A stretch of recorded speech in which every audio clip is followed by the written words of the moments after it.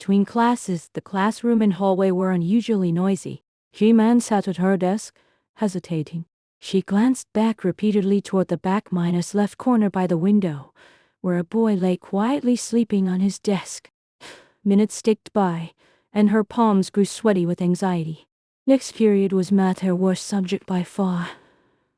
The math teacher loved picking on students weak at the subject, and G-Man was almost always the lucky one called on.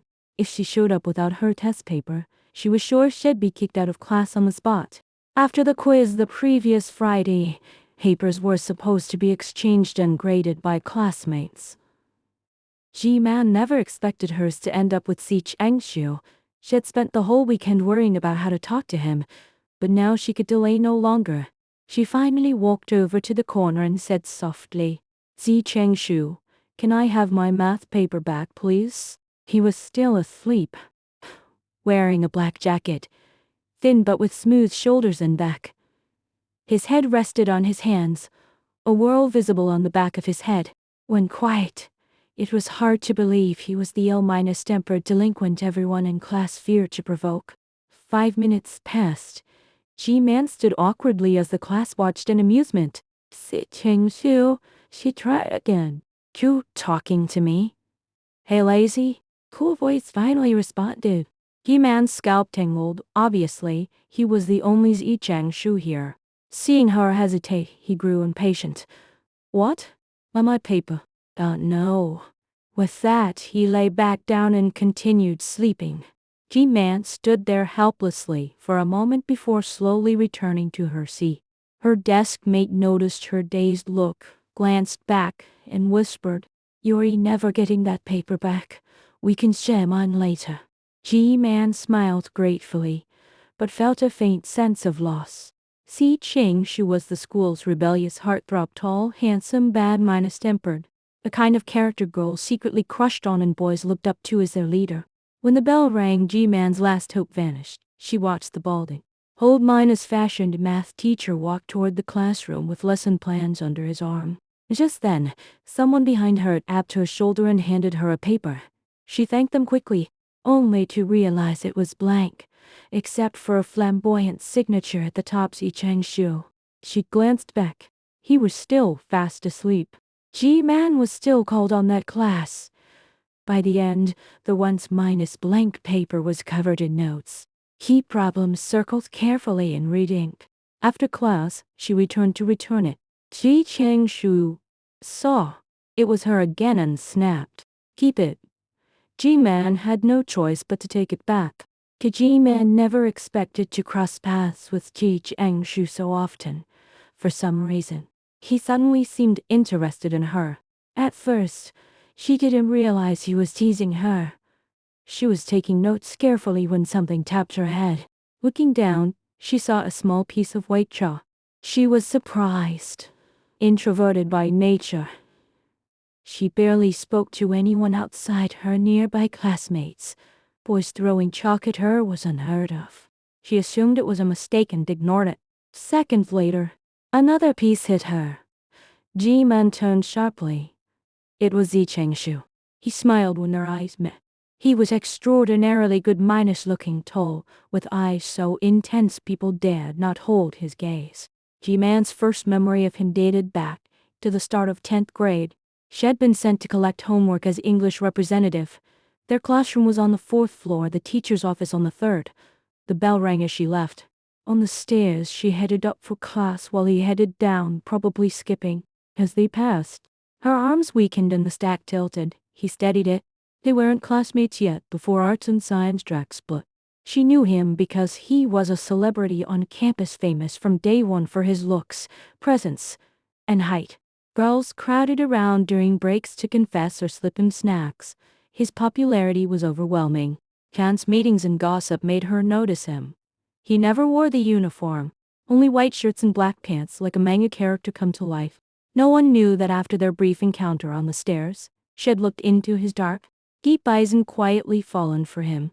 G-Man stared at him confused, but he looked away. She turned back, forcing herself to focus. Moments later, another piece of chalk. For the first time in her life, she passed a note. Si Chang-shu leaned lazily against the wall and opened it. In neat handwriting it read Z. Is something wrong? He only glanced at it, folded it away, and didn't reply. G-Man was lost. What she thought was a passing whim lasted half a month, leaving her flustered. Boss. Basketball. Several boys called during P. Go ahead, the group left excitedly.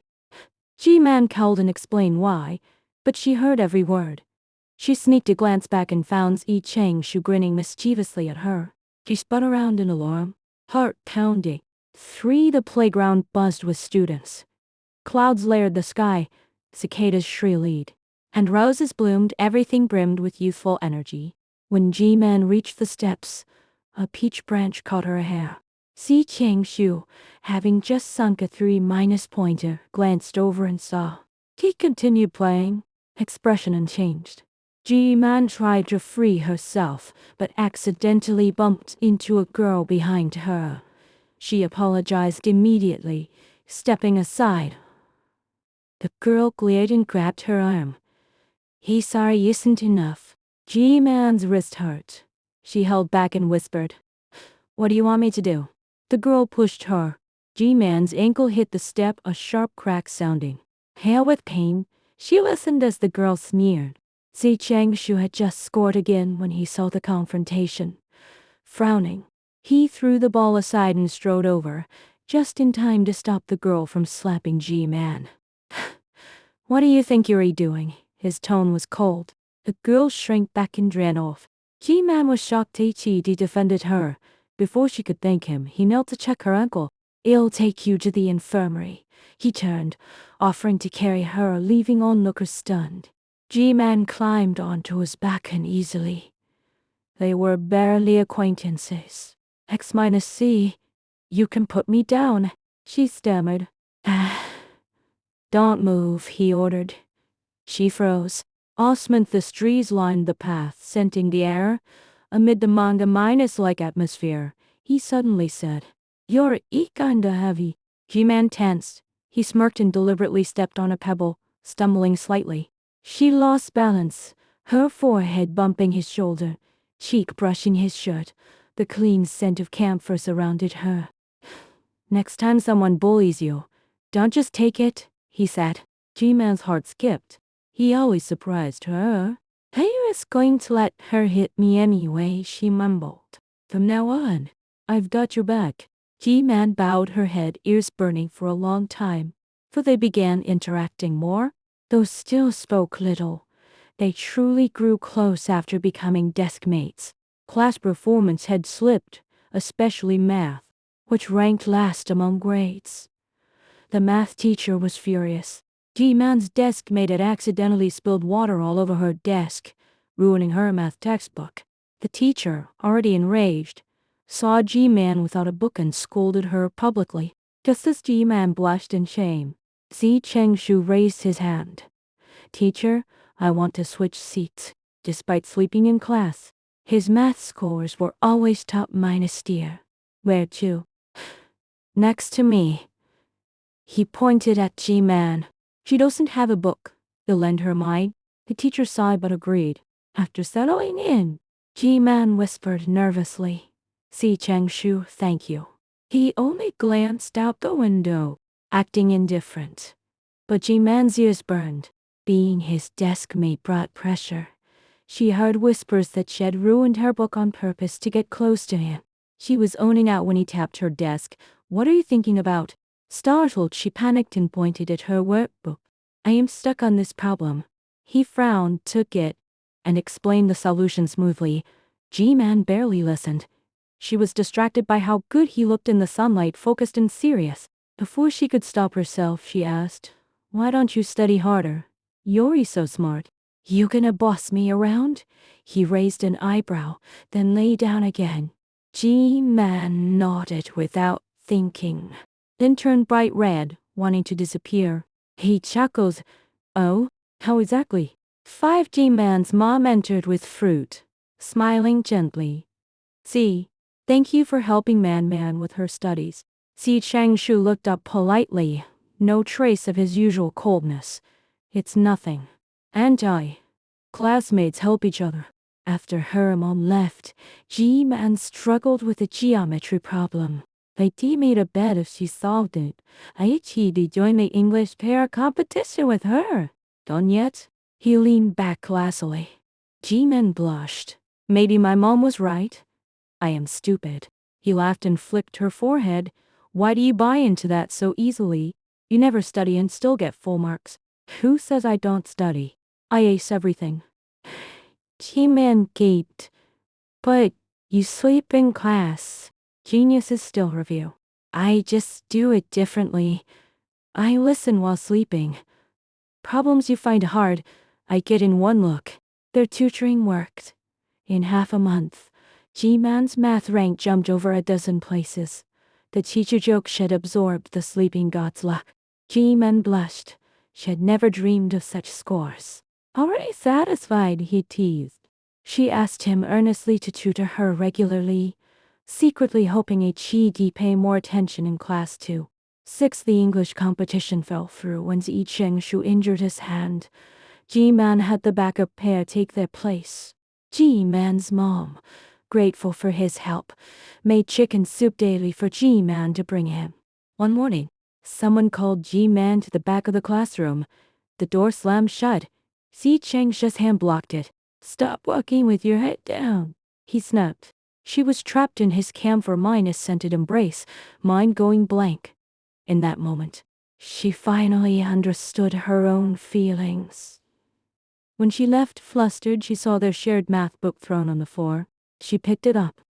Why did you throw this? Why were you smiling just now? Basic politeness. She then noticed his injured hand, cut by the door lock. She felt guilty. He used the injury to make her run errands, clean, and even copy homework. When she struggled with math, he dictated answers while mentally calculating. Impressed, she begged him to teach her. Not until you explain what's going on between you and that monitor. G-Man panicked. Nothing. He only came to tell me to grade papers. The school bell was with him to everyone says they're the perfect couple. Fine. Give me the book. He paused mid-minus explanation. If HES just a classmate. What am I? You're my desk mate. Acceptable. His ears turned pink. 7 on the way to the hospital to remove his stitches, G-Man walked beside him. Are you mad? Aren't you supposed to be grading papers? I can go after. He pretended indifference, but his lips curved upward. She'd been sleeping poorly due to noisy relatives staying over. He noticed her dark circles. Why not live on campus? He suggested. She tucked her hair behind her eyes. Shy. Hide any longer and you'll go blind, he remarked. You're not like girls with glasses. You're plain enough already. Glasses won't help. G-Man fell silent. On the way back, he handed her a box. What's this? Rubik's Cube. For your slow bright. Inside was a pair of blue headphones. G-Man remembered HED bought them for his sister. Aren't these for her? She doesn't like them. You have insomnia, don't you? He muttered. Bad eyes and bad sleep. How did you know I always struggle to sleep? None of your business, he flustered. G-Man blurted. Did you buy these for me? He avoided answering. HED actually met her a year prior. She'd been talking to a stray cat, complaining about insomnia and noisy renovations. His anger toward his absent father had melted away. She'd smiled at him then, but didn't recognize him in class. HED been petty and ignored her until she came asking for her paper. Now, she looked at him seriously. Have we met before? No, he lied, though he was clearly annoyed. That night, the headphones blocked out noise. G-Man slept soundly, smiling. 9 under Zi Chengshu's tutoring, G-Man's math improved rapidly. Shockingly. He asked to move to the front row and began studying seriously, ranking among the top students. Senior year was intense. G-Man moved into the dorm. Everyone buried themselves in books, but G-Man found joy in studying beside someone she liked. Sometimes, when tired, she looked up. HED met her eyes, and they did smile at each other. One afternoon, wind carried peach petals into class. Si Chengshu, no longer sleeping, picked one and tucked it behind her ear. Ji-man froze her pen, drawing a messy line. He smiled softly, eyes warm. After a moment, she reached over and held his hand dry. Warm, elegant, made for art or music. At the final parents' meeting, Ji-man noticed Si Chengshu's family never came. She knew his father was wealthy but absent, his mother abroad with his younger sister. She asked if he was okay. Instead, he said, "You want to know how I knew you? I'll tell you." After he spoke, she took a deep breath. "Zi Chengshu, let's go to the same university." "Okay." His answer confirmed everything. Epilogue. Before the college entrance exam, Ji-man found her old test paper under his desk. Her name was there, and his connected by a red arrow. Staring, she whispered without thinking, "Ji-man likes Zi Chengshu." "Aim the other way around," he said lazily. In that quiet classroom, under a bright blue sky dotted with pink petals, she thought, "You are the joy of my youth, and the youth I love is you."